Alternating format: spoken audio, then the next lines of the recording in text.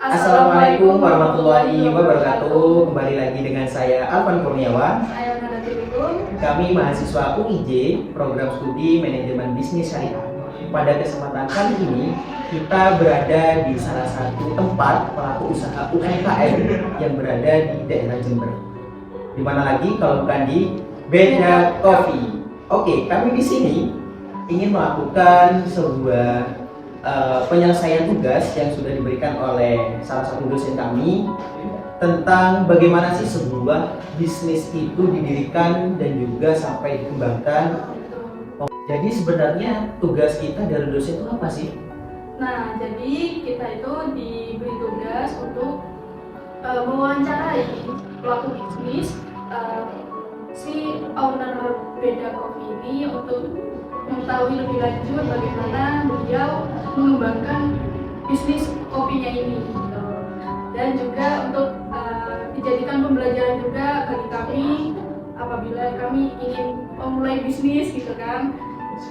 Tentunya semua informasi yang nanti kita dapatkan itu semata-mata untuk kepentingan akademik dan juga kita akan menyusun sebagaimana etika yang kita. Tanpa berlama-lama lagi untuk menghemat waktu juga, marilah kita sambut beliau pendiri dan juga pemilik usaha Beda Coffee di daerah Jember. Siapa beliau? Yaitu kita sambut Bapak Doni.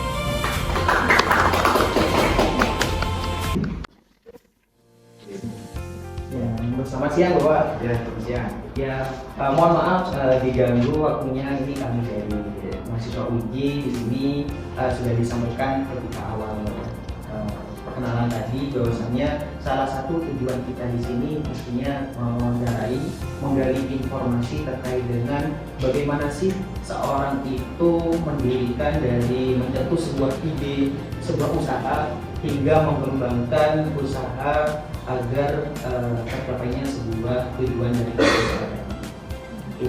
Kita Bapak ini selaku pemilik atau owner daripada Beda Coffee.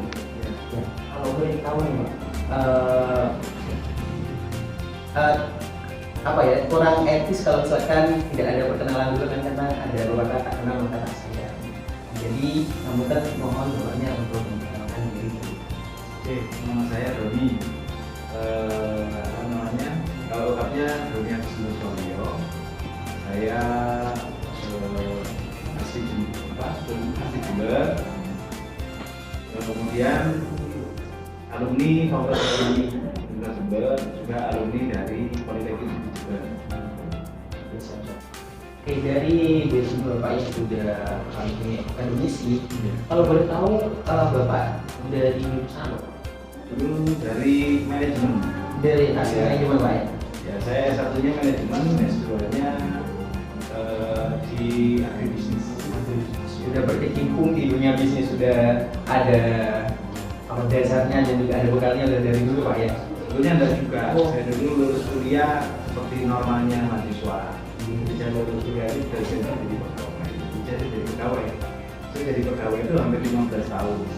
5 tahun analis kreatif, 5 tahun manajer, kemudian karena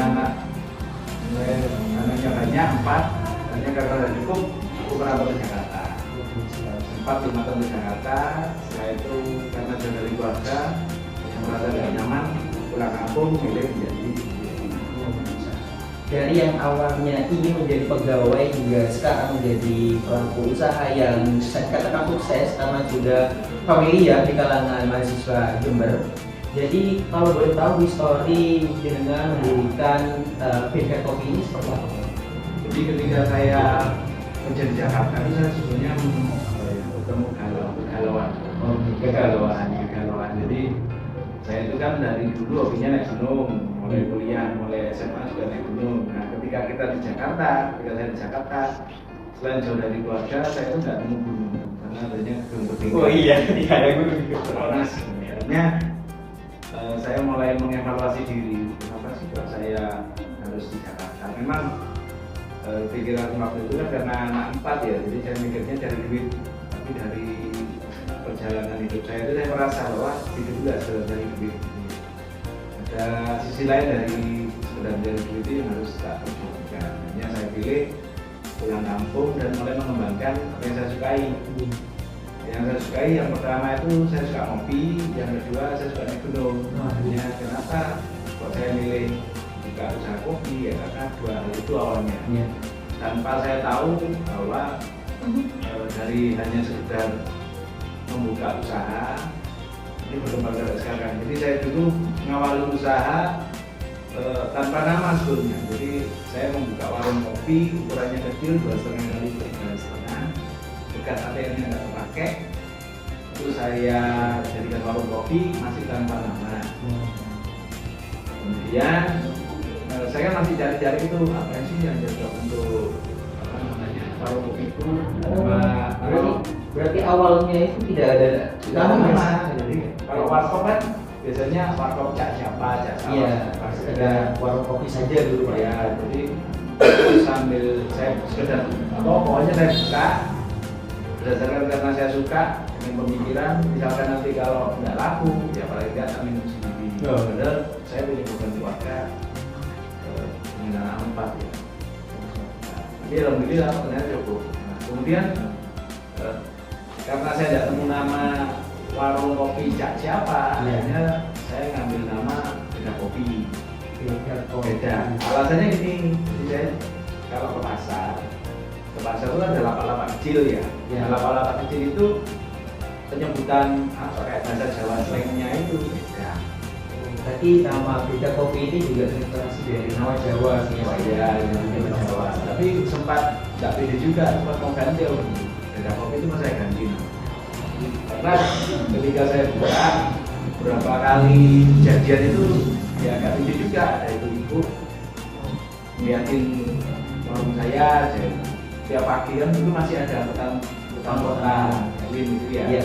Itu dia kalau nungguin mesti di tempat depan warung saya ngeliatin, hanya lama-lama kayaknya dapat tanya ke saya. Mas, saya itu penasaran tuh sama nama usahanya Masnya. Masnya itu apa jualan beda alat make up ya itu bukan gitu. Nah saya itu jualan kopi cuma karena sebetulnya kayak warung kopi tak makan beda itu mau tak ganti dulu, tapi saya kadang mikir sesuatu yang namanya aneh itu kadang jadi orang ingat menjadi ciri khasnya. Jadi orang yang sering salah itu kadang-kadang malah aku malah nyantol di malahnya sampai sekarang saya. Berarti ini cara bacanya bukan beda berarti ya. Kalau beda itu ya seperti rumah untuk usaha itu. Kalau beda ya untuk alat tetap dalam bahasa Jawanya. Kalau bahasa Madura, kalau beda itu kayak apa? Iya. Karena kita awal-awal sebelum menjadi industri itu kita yang lapak kemana-mana. Selain warung kopi, saya jualan produk juga lapak. Pakaian. Jadi pernah juga kita jualan lesehan itu juga pernah saya alami. Kayak kalau di KJOD itu kita pernah dulu di halaman radio kita bersama pelaku UKM itu jualan tanpa meja, jadi sebetulnya amahan lebaran malah mengalami masa-masa seperti itu. Ketika awal-awal mendirikan bisnisnya itu dikerjakan personal, maksudnya dari bapaknya sendiri menjadi pelaku usahanya yang menangani konsumen atau ada karyawan juga? 1 tahun pertama tak tangani sendiri. Jadi itu masa saya merubah mindset yang awalnya dilayani. Jadi ketika saya jadi pegawai dulu kan punya karyawan sampai bukan karyawan berarti anak buah saya itu sampai 25 anak buah. 25. Ya waktu jadi manajer 25 anak buah, waktu pegang manajer pemasaran se Indonesia lebih dari 25 malah karena cabang-cabang banyak di Indonesia. Ya dulu kerjanya cuma nyuruh-nyuruh. Nah ketika menjadi pengusaha warung kopi, saya kan single ya. Jadi dari sana saya belajar melayani orang dengan langsung, kemudian juga sekalian belajar hidup kopi, belajar kenal kopi. Jadi sebenarnya saya lebih dalam mengenal kopi itu ketika pegang warung. Selama 1 tahun itu saya pegang sendiri. banyak yang mengatakan juga ketika kita itu minum kopi itu kan antara kopi satu dengan kopi lain itu pasti ada bedanya. Iya. Nah dan juga ketika menakar untuk membuat satu tangkir kopi itu kan pasti ada ilmunya. Iya. Artinya tidak sekedar ambil kopi 1 sendok atau nanti dikasih gula ataupun sama airnya. Itu kalau boleh tahu dengan itu sudah bakat asli dari diri sendiri atau ikut pelatihan ataupun diajari oleh orang tua dalam membuat kopi. Nah, kalau awalnya ini, jadi belajar paling tepat itu belajar dengan sama. Jadi dulu mungkin tempat saya itu satu-satunya warung kopi yang menyediakan penyajian kopi ala barista. Tanpa saya punya ilmu sama sekali waktu itu. Karena saya itu jualan kopi asli Jember, otomatis yang datang ke saya itu adalah orang yang memang expert di kopi. Nah, ketika awal itu saya tahunya tubruk waktu itu.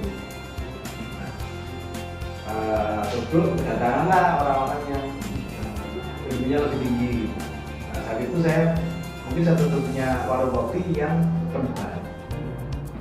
Jadi pelanggan saya ke tempat saya itu ngambil kopi sendiri, nyeduh sendiri, terus bayar sendiri. Nah dari situ saya belajar, caranya terus biasa. Jadi dari prakteknya saya langsung belajar ke customer, tapi secara dalamnya saya menambah ilmu. Salah satunya lewat uji kompetensi. Jadi saya dapat sertifikat paket kopi itu mulai tahun 2017 dulu. Saya punya sertifikasi barista, punya sertifikasi cita rasa. Jadi mulai dalam ilmu kopinya. Nah 2017 saya baru ngerti bahwa kopi itu setiap daerah tidak sama. Karena 2017 saya jadi petani. 2017 saya jadi petani. Jadi di 2017 warung kopi saya tidak itu. Saya sudah pertama kali punya karyawan berkembang sampai menjadi 3 kedai waktu itu. Di mana saja? Di IKIP, yang IKIP 2, yang di Tidar itu, kemudian ada yang di dekat Tembak. Konsep kalau yang di Tidar dulu konsepnya punya daerah. Jadi itu ada warung kopinya. Kemudian kalau yang di daerah Tembak itu pojok kopi di dalam warung. Jadi ada warung nasi, tidak punya pojok kopi, namanya Cafe Medan. Sampai sekarang eksis.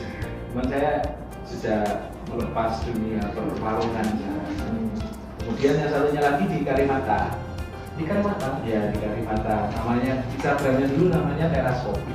Teras Kopi. Teras Kopi. Teras Medan. Teras Kopi. Ya. Pasti berjalan tiga-tiganya selesai. Nah, pandemi itu tutup. Kembali lagi ke pandemi Pak ya. Ya, pandemi tutup itu bukan faktor kita yang menutup, tapi memang saat itu memang warung-warung semuanya harus tutup. Jadi kalau perjalanan bisnis saya 2016, 17, 18, 19, 20 itu saya punya usaha warung.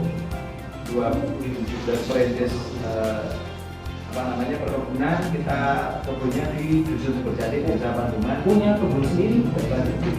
Nah, awalnya kita bantu kebunnya salah satu tokoh ulama di sana. Itu kita dikasih ini ruang untuk di kebun di sana. Sampai sekarang kebun saya di sana ada. Kemudian kalau industrinya ini mulai 2018. Kalau untuk industrinya? Ya, industrinya 2018. Kemudian pandemi, kafenya tutup. Karena memang harus tutup. Ya.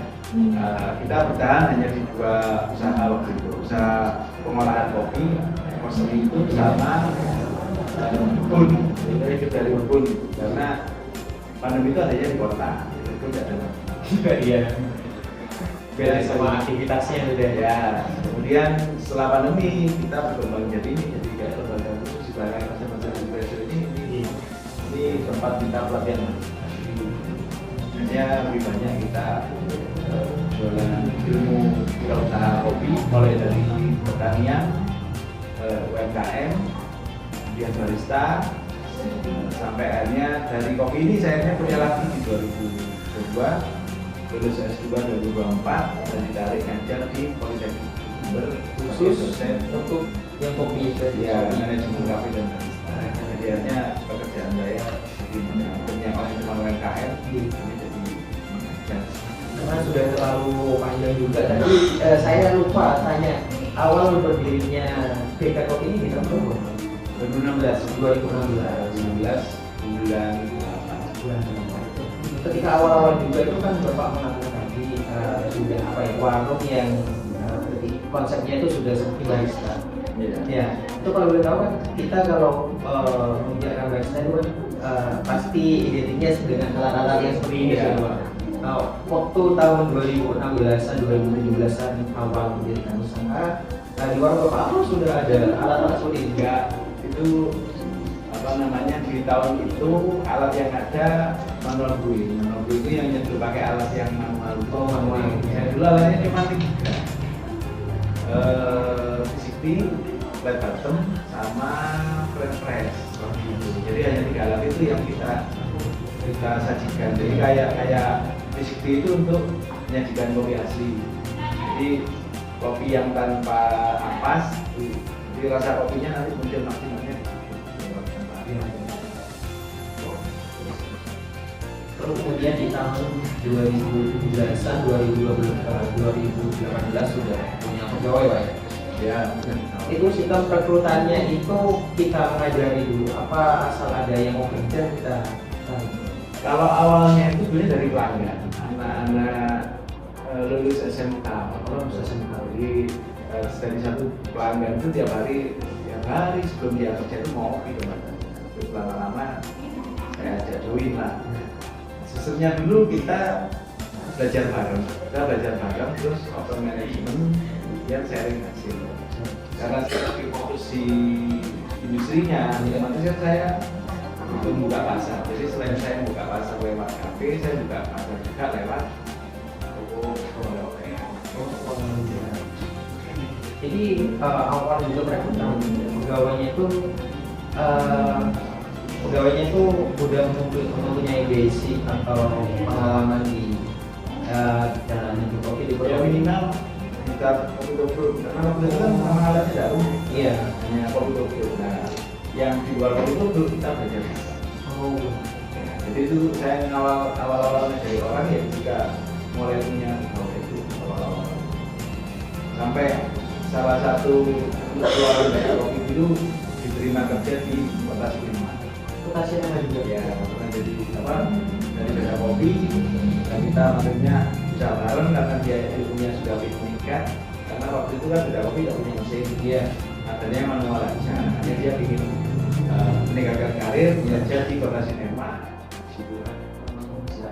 Kalau untuk target konsumennya Pak, apa anak-anak yang sekolah Pak yang lulus kuliah, yang lulus apa sekolah SMK tadi atau hanya Kalau pasar saya dulu yang beda kopi kita tidak batasi pasar, kita mulai dari bapak-bapak tukang sapu. Jadi tempat saya dulu itu yang tukang sapu, loper-loperan sering tak gratisin gitu. Kemudian orang mampir, jadi kita tidak membatasi pasar karena kan kita sebetulnya kopi itu hak segala orang ya. Nah, mulai ada terbeda-beda kan di belakangan ini ada es kopi susu. Nah, kalau dulu kan paling cuma kopi tokyo sama kopi saring. Yes, kopi itu sebagian. Kalau kopi tokyo itu sudah umat sudah mulai yang muda sama tua.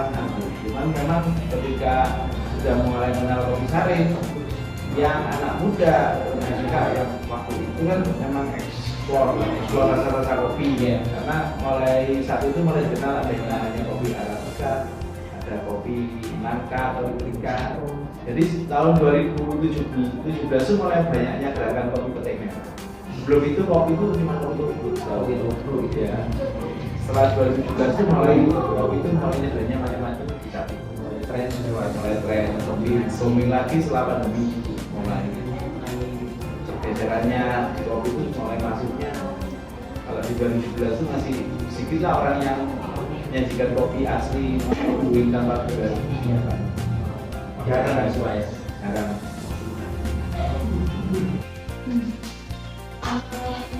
Melanjutkan pertanyaan Bapak untuk kepemilikan usaha ini, apakah Bapak milik pribadi atau ada partner atau fungsi dari orang lain?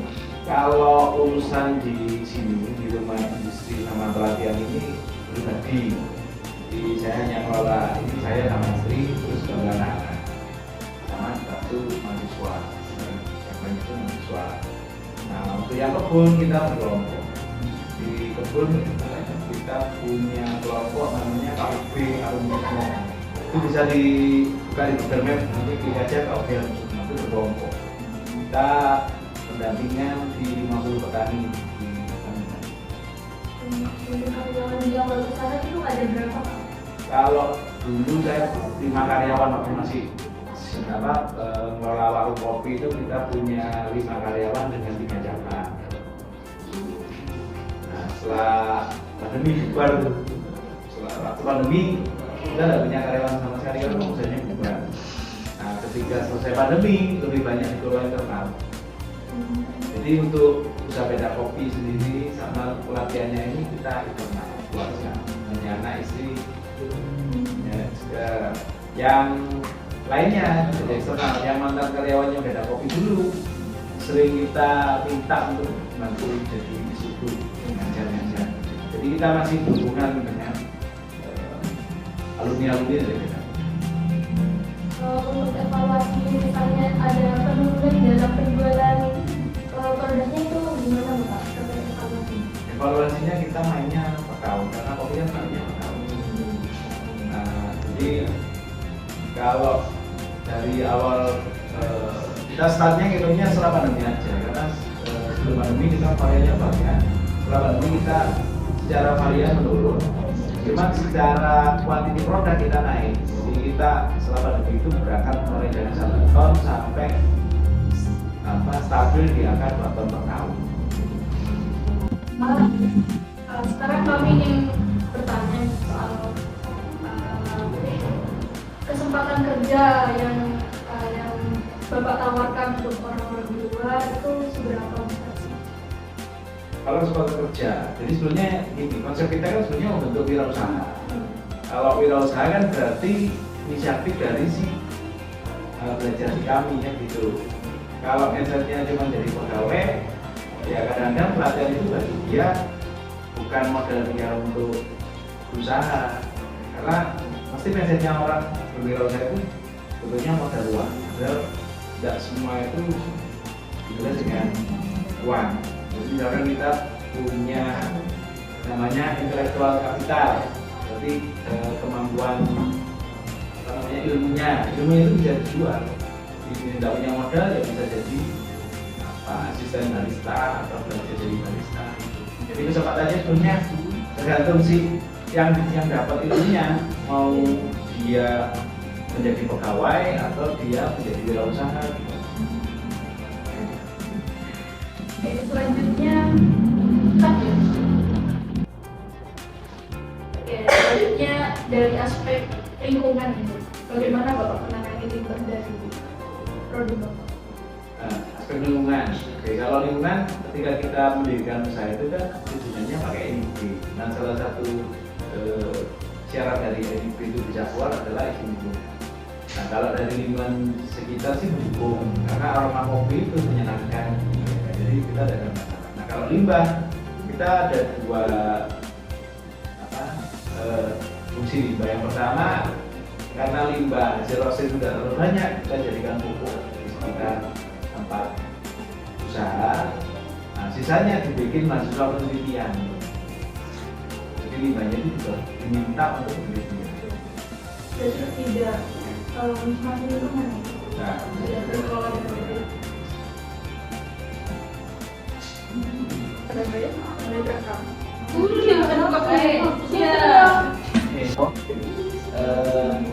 Pertanyaan selanjutnya terkait permodalan usaha ini, Pak. Apakah dari keseluruhan modal ini dari milik pribadi atau dari partner bisnis atau dari pihak lain? Oke, kalau awal dulu masih berupa warung kopi itu modal sendiri. Pasangan waktu saya keluar dari kantor, saya dapat pesangon kurang lebih 15 jutaan lah. Nah, kita buka warung kopi. Terus dana itu berputar sampai menjadi beberapa aset. Udah, kalau Di sini kita murni modal. Berarti nggak ada selanjutnya mungkin investor mau ke sini untuk melebarkan atau mengekspansi. Sebenarnya bukan investor, kayak kebun itu kita usaha bareng. Nah, dari kebun kita dapat kemudahan bayar undur untuk dirinya. Tapi sebenarnya sama kayak teman-teman kan hampir semua teman-teman Jember itu tanpa modal. Maka mereka jualannya kan menerima titipan. Sama kayak kita mulai menerima titipan bibit yang kita roasting sendiri terus kita jual. Bibitnya itu kita Terkait dengan dampak sampai 5 tahun ke depan. Jadi apa rencana Bapak terkait dengan tahun ke depan ini, mungkin dari buka cabang atau inovasi produk? Kalau dari kami sebetulnya tinggal meningkatkan kuantitas produk, kuantitas sama kualitas. Kalau pemasarannya kita dari selama ini kita lebih fokus ke pasar lokal aja. Kalau kita inginnya bikin jadi salah satu produk legend kopi. Nggak terlalu. Kalau cabang kita ada rencana di dekat pasar Skorjo. Kita mau bikin produk kopi yang lebih terjangkau ke masyarakat bawah. Kalau di sini kan lebih mengarah ke kebutuhan kafe, karena di kampus kan banyak kafe, jadi kita lebih masuk ke kafe. Kalau pelaku bisnis yang kecil itu Pak, maksudnya kayak dia tokonya nggak ada, cuma dia pakai motor gitu. Itu Motor beli ya. Iya, Jadi kalau saya membedakan ini cuma dua. Jadi ada pasar kafe sama pasar warkop. Warkop itu yang ringan. Nah kalau pasar warkop jadi mencari kopi yang murah, pahit. Tapi kalau yang pasar kafe kan dia lebih spesifik, lebih rewel. Saya hanya membagi itu aja. Nah, untuk cabang-cabangnya kita lebih bermain nantinya ke pasar warkop. Jadi yang nggak kopinya nggak rewel, yang pokoknya kopi. Selanjutnya tentang saran dan tips gitu. Mungkin khususnya untuk kami, terus untuk generasi muda yang di luar yang ingin membangun bisnis khususnya di bidang kuliner. Nah, kalau saran ini aja sebetulnya bekal kita nantinya selalu sebenarnya cuma dua. Satu ilmu kuliah, dua skill, terus ada tiga, yang ketiganya itu hubungan relationship pertemanan gitu ya. Jadi kalau saran saya kalau bagi mahasiswa itu minimal dia harus punya tiga ini. Selain dia punya bekal selama kuliah dengan normal, skillnya itu mulai dilatih mulai sekarang. Skill itu terserah mau apapun yang disukai, hobi.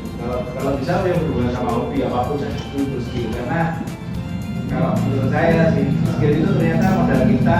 Kalau jasanya tidak laku, kalau jasa laku biasanya skill mau jualan kayak apa skill. Nah, skill ini akan tersalur kalau kita punya jejaring. Makanya kalau jadi anak mahasiswa jangan jadi kayak anak sekolah SD, pulang kampus terus pulang aktif di organisasi. Jadi jejaring awal. Mahasiswa kupu-kupu. Ya, saya aja jujur ketika saya membangun Beda Kopi dulu, yang banyak membantu saya itu adalah teman waktu kuliah, terutama dari organisasi saya dulu itu Italan, mahasiswa Italan. Jadi mereka yang pertama kali support. Bayangin kalau teman-teman ini hanya kuliah pulang, yang support siapa nanti? Iya. Ya, tapi kalau ada organisasi, cuma ya teman-teman organisasinya. Maksudnya organisasi apa?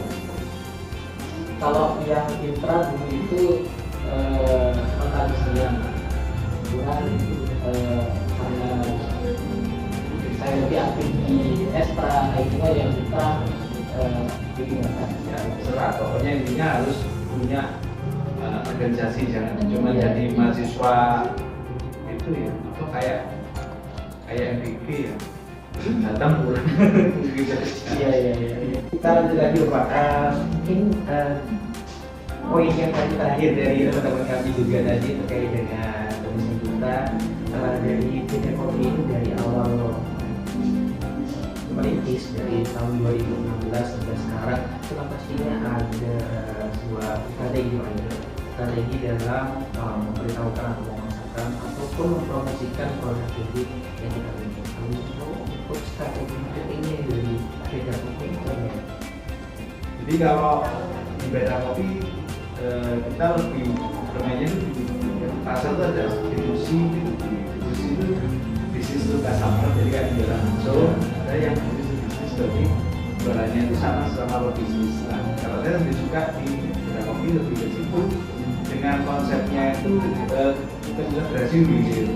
Kita ngawal kopi itu mulai dari kebun sampai kepada si customer tapi yang berbisnis juga. Nah, saling bersama. Ya, kita punya ketergantungan, jadi saling kolaborasi lah. Kalau bisnis itu customer itu kayak oleh-oleh, ya orang jual tapi yang beli itu nggak ngerti apakah cocok atau enggak. Makanya kita juga tidak suka pakai marketplace. Jadi Beda Kopi tidak punya marketplace. Nah kalau misalkan kita buka Beda Kopi ada di dalam marketplace, baru itu bisa anak-anak mahasiswa juga. Di zaman sekarang terus tidak menggunakan marketplace kan unik banget Pak ya, maksudnya kan tidak bisa dipisahkan dengan zamannya sekarang. Sebab teknologi marketplace itu sudah menjamur juga. Bagaimana untuk memberitahukan bahwasanya di sini itu ada Beda Kopi terkait dengan kepada para calon yang mau atau yang ingin itu karena masih tradisionalnya masih dari mulut ke mulut atau bagaimana? Enggak, kita main sosial media kita main. Oh, Di dalam marketing kita main. Kalau marketplace kan masalah kalau di dalam marketing bagaimana kita memasarkan produk kita. Nah semua sosial media yang berbasis online kita main, mulai Instagram, YouTube, TikTok itu main. Tapi bukan jualan, ya itu promosi. Sama Google Map. Nah, jadi setelah Google Map mungkin teman-teman nanti bisa terapin ya. Hal yang mendukung UMKM itu akan tumbuh adalah mereview produk. Jadi misalkan teman-teman punya usaha masing-masing, langkah awal mendukung UMKM itu reviewlah Google Map. Sama kayak sekarang lah nanti Google Map-nya Beda Kopi, tolong direview. siap. Itu yang membuat Beda Kopi di pencarian Google itu tinggi. Oh gitu ya, bisa dicoba kopi yang sumber itu bedanya beda. Siapa yang mereview teman-teman? Mahasiswa yang berkunjung ke sini yang melakukan pekerjaan Dari yang apa awal nanti benar-benar siap. Dari yang awalnya hanya sebatas kopi tubruk yang ya tidak ada variasi cuma monoton itu saja, dan sekarang juga campurannya bisa di mix juga. Itu kalau di Beda Kopi itu ada apa saja? Kalau variannya kita hanya fokus kopi lokal Jember dengan 3 jenis kopi Arabica, Liberica, sama Robusta. Itu untuk yang jenis kopinya. Kemudian inovasi pasca panennya itu di kopi Liberica yang kita fermentasi dengan nama dagangnya itu kopi anggur. Itu pernah diliput Kompas TV nasional. Kalau bisa cari di Kompas TV nasional, dikasih kopi anggur. Nanti muncul. Ini salah satu produknya Pak? Ya ini Robusta kan. Dua-duanya Robusta? Ya enggak, temennya Arabica. Bedanya Robusta sama Arabica itu dari apa ya? Dari kita rasa kalau Robusta itu pahit. Jadi kalau teman-teman suka ngopi kopi susu itu biasanya pakai Robusta. Tapi kalau misalkan suka kopi-kopi dingin tanpa susu itu biasanya pakai Arabica. Karena rasanya asam. Mungkin itu saja sih Pak dari kami juga terkait dengan penggalian informasi yang dari awal mula merintis usaha itu seperti apa dan ide apa yang mau kita mau buka usaha apa sampai juga mengembangkan. Kayak itu juga tadi ada kendala-kendala direkam. Tidak apa-apa, udah langsung ikut ke video bisa. Nah, terkait dengan kendala-kendala hambatan-hambatan itu juga pasti ada yang berusaha ya untuk dengan bagaimana kita menyikapi dan juga menanggapi perkembangan zaman seperti apa. Oke, untuk teman-teman di luar sana jangan lupa follow akun Instagram Ya, kita kopi atau Google Maps-nya nanti. Oh, dari Google. Ya. Nanti ada di bawah sini ya. Ya. Oke, nanti kita kasih keterangan di bawah ini. Kemudian jangan lupa di like, diikuti juga. Hingga jangan lupa untuk berkunjung ke sini ya. Ya, untuk salah satunya ya mungkin untuk yang pencinta kopi itu bisa dari informasi juga terkait dengan ilmu perkopian atau sekedar melihat varian daripada hasil kopi dari Creator Kopi ini. Oke, mungkin itu saja yang bisa kami sampaikan, kurang lebihnya mohon maaf dan terima kasih kepada Bapak Doni sudah berkenan untuk kita datangi dan juga kita wawancarai. Mohon maaf apabila ada salah kata dan paham. Itu saja, terima kasih. Assalamualaikum warahmatullahi wabarakatuh. Waalaikumsalam.